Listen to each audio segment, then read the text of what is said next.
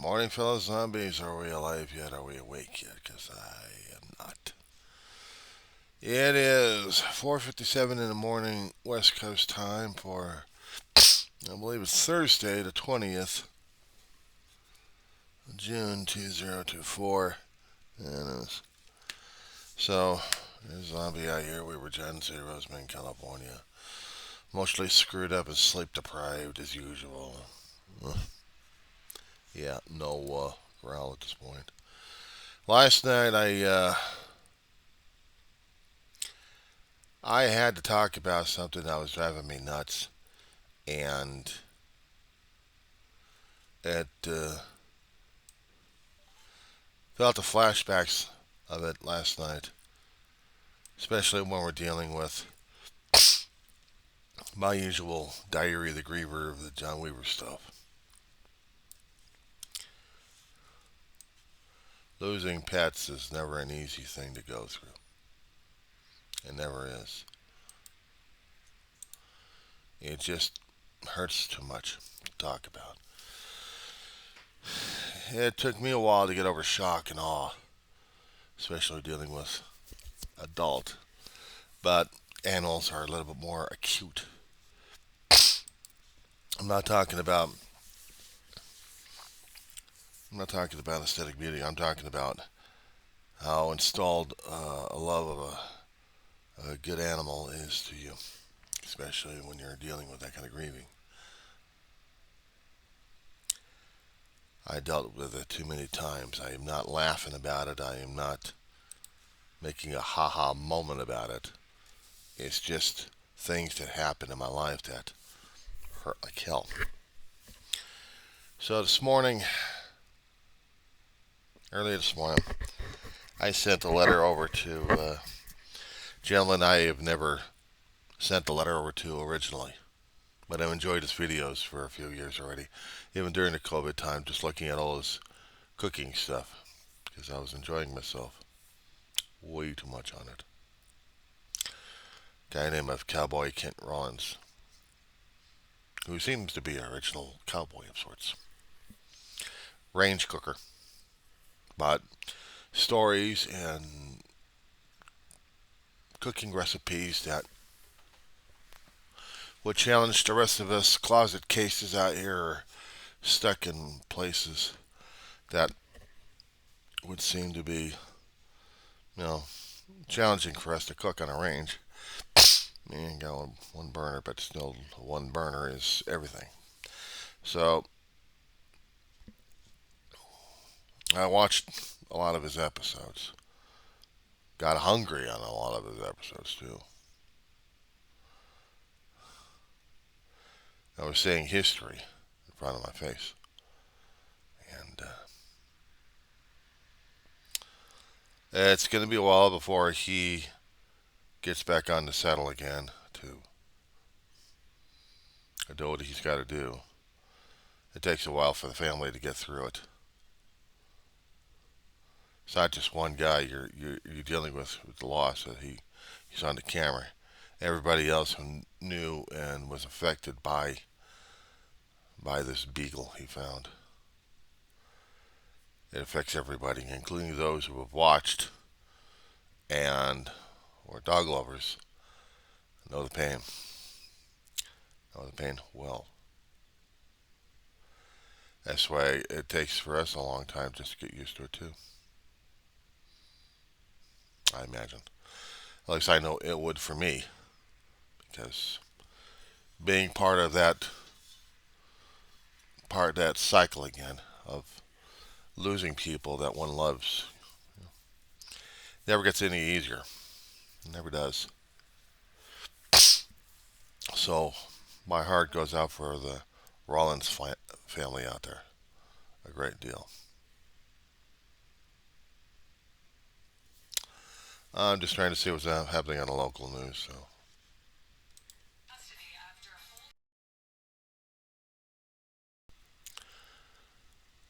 okay,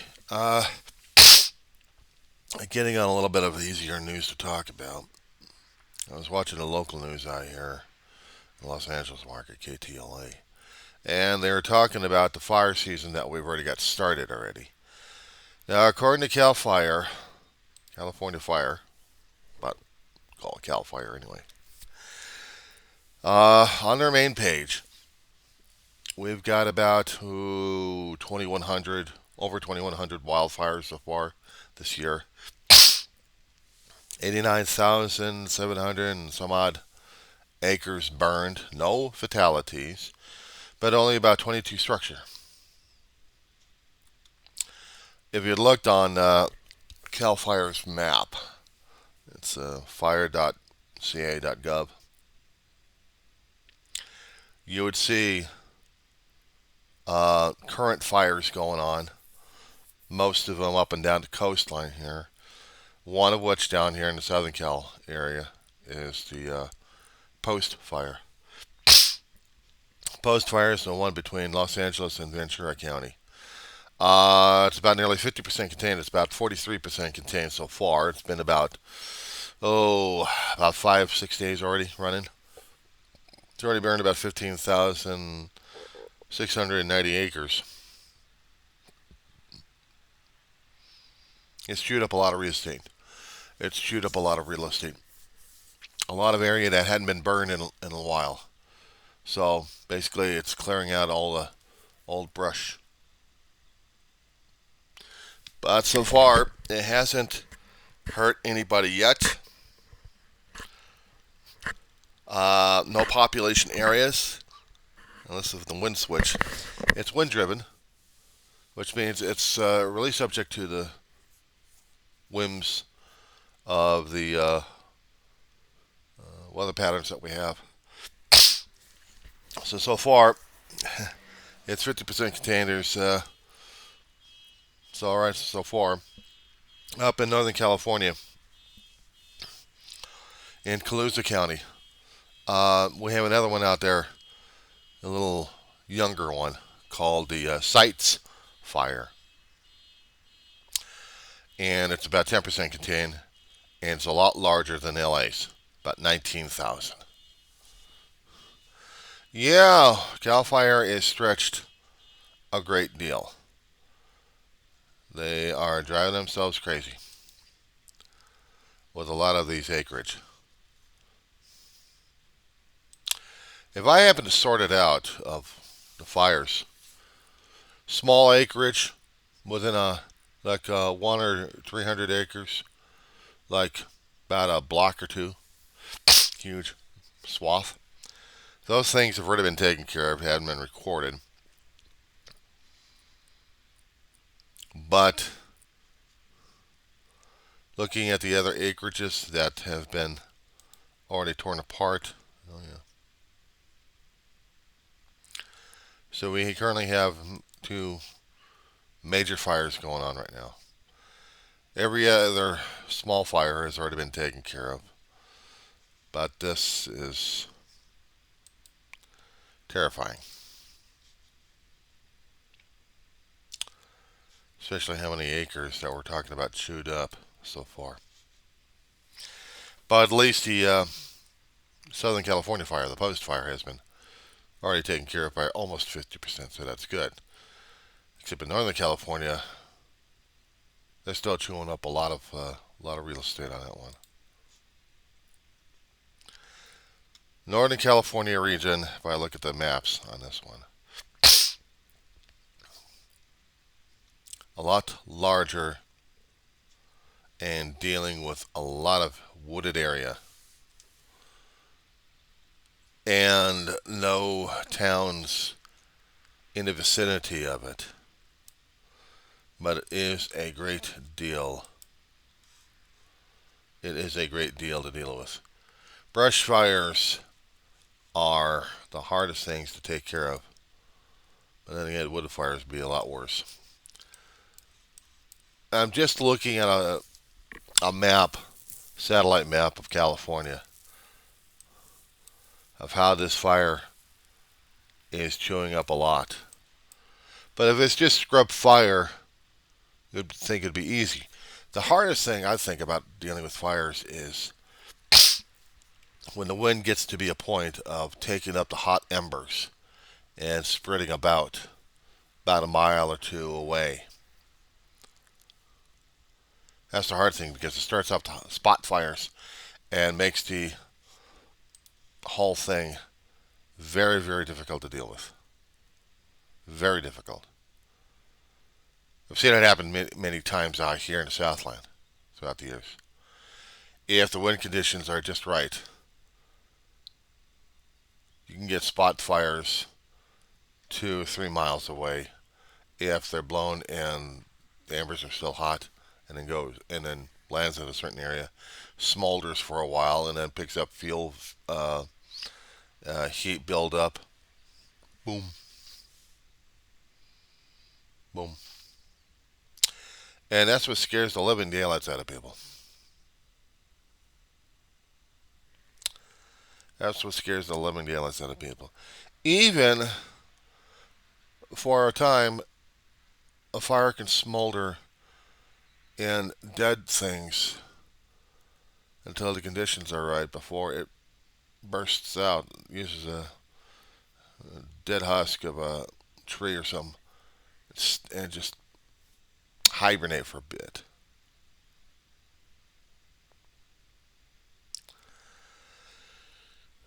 So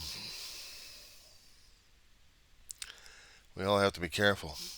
It's going to get a lot worse because we're going to get into July 4th season. It's to build up before July 4th, but then afterwards, it's the stockpiling of the fireworks. Even small fireworks in the ground, whistle peats. You light them up, and you're just.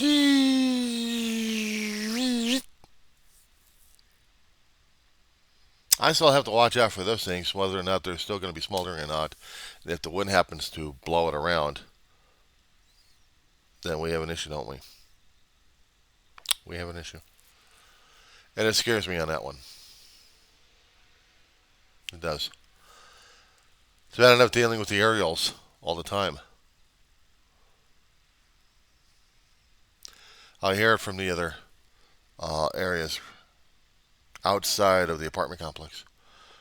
Rockets would be launched. And as much as I used to be fond of watching fireworks growing up as a kid, it's gotten older and harsher for me to deal with these things. It's not um, listening to firearms being fired off at a local range. I heard that every Sunday that these guys will wake up about 4 or 5 o'clock in the morning, and then around 7 o'clock, sounds like artillery shells.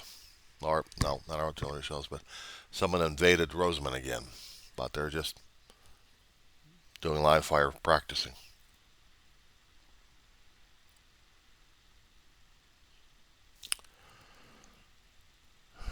It's getting to us. A lot of people don't recognize it as much.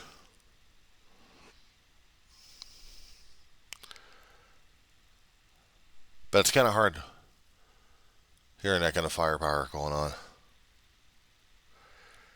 And it's also kind of hard hearing the fireworks going off when you get older and older. Some people still like it. Other people I've discovered, no, they don't. The younger generation hadn't built up enough fear of what fireworks can and can't do. I had. One time I was living in the San Fernando Valley. One time, 38 years living in the San Fernando Valley. There'd be areas for commercial fireworks to be going on. Different places, different shows we would see. And they always would have at least an engine or two ready for explosions or something just in case. And there would have been a time that a misfire would happen. As careful as the operators are in handling their explosives and the chemical compositions, not to mention the balance, there's a science in how to do fireworks and how they make the cannons There's a complete science on this one. And sometimes something will go wrong. There'll be an explosion. Freak out everybody left and right. But as long as everything's under control, in about 1 or 2 seconds, be a lot of reassurances, and the fireworks go on, and everyone gets the oohs and ahs. But in the surrounding area where the launchers are, there's a lot of griping and grumbling and cursing at each other. And some people go, "Oh, that's just me. Why'd you screw up this time? Look, I had the ratios right on this thing. I had the wiring on this one. What were we supposed to be doing? You're supposed to be watching these things. I did."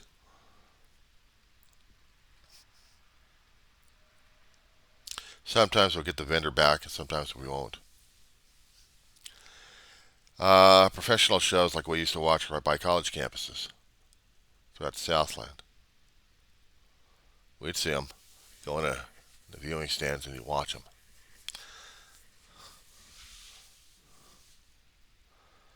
You couldn't have a tent put up during those days because, well, wind driven in the summertime, but not to mention they were a constant threat and constant hazard. Not just sight hazard, we're talking about fire potential hazard. Fire department and site officials kept saying, "Will you take the tents down, please?" We're not talking to the vendors, we're talking to the people bringing in the tents or the umbrellas.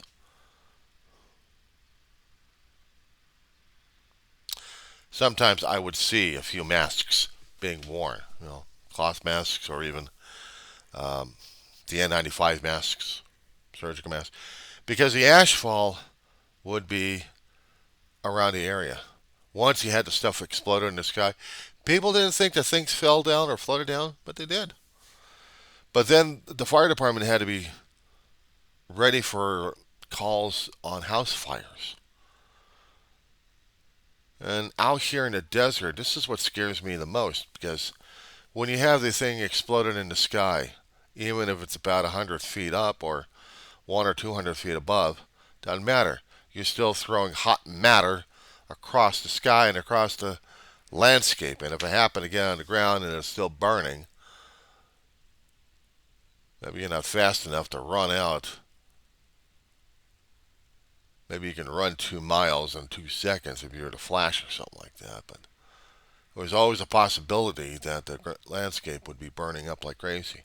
I always panicked on situations like that because it would terrify me. Not to mention the older the older pets that we had, cats, dogs, and anything else, that couldn't deal with the sound effects. Even the younger guys would get, if they hadn't gotten used to the explosions or the loud sounds, they'll still be terrifying. And people lose pets all the time. Out here in the desert, they're losing pets all the time. Leaping out of places, yards, running out of the doors. Last several years, doing the fireworks out here, well, when they were doing the July 4th thing, I would have to stay inside my my bathroom, turn on some music. We'd still hear it, but at least we wouldn't smell it. The smell of sulfur is prevalent in the sky, but also with the ashfall as well. And the youth were just like, "Oh, look at this stuff! Wow!" I'm thinking to myself, it gets into your lungs, pal. You're going to have breathing issues for the rest of your life. It's happened many times in many places, many people. A little word of warning. So when that stuff happens outside, I'm going to be inside, not enjoying it. not celebrating that way as much. I'll try to celebrate July 4th one way or another, but I am not dealing with the fireworks. I used to as a kid, used to enjoy it like crazy. Growing up as a youth, yeah, I would. Young man looking at the stuff, okay, it didn't get to me as much. What would have gotten to me a great deal these days, I get older. Even my brother started having issues over it. My brother would have issues over it. Because the fireworks would be representing combat. I guess people didn't understand it, even with the combat veterans. Some veterans would appreciate it to a point, but beyond that, my brother and I had seen a few elder vets that couldn't shake it off. Even my brother couldn't shake it off. But he'd try. He'd try. But he would be shaking. He'd stay outside for a few minutes and then go back inside and crank up the volume, close the windows. He wouldn't want to deal with it out there. I had tried to deal with it because I hadn't had the combat trauma he had. I had fire trauma. I had seen things go up in smoke. I'd seen places burn down, people die from fires. Out here we're lucky. We hadn't had any fire deaths yet, but we've had property damage. Sometimes someone would store a great deal of fireworks, a lot of ammunition in there. They would explode. We would hear it. We would see it. So yeah, it's very hard to deal with. Now, as for trying to being patriotic, it's a different thing altogether. I'll use that for another video at another time, I guess. This one is just, I'm dealing with things that are triggers today.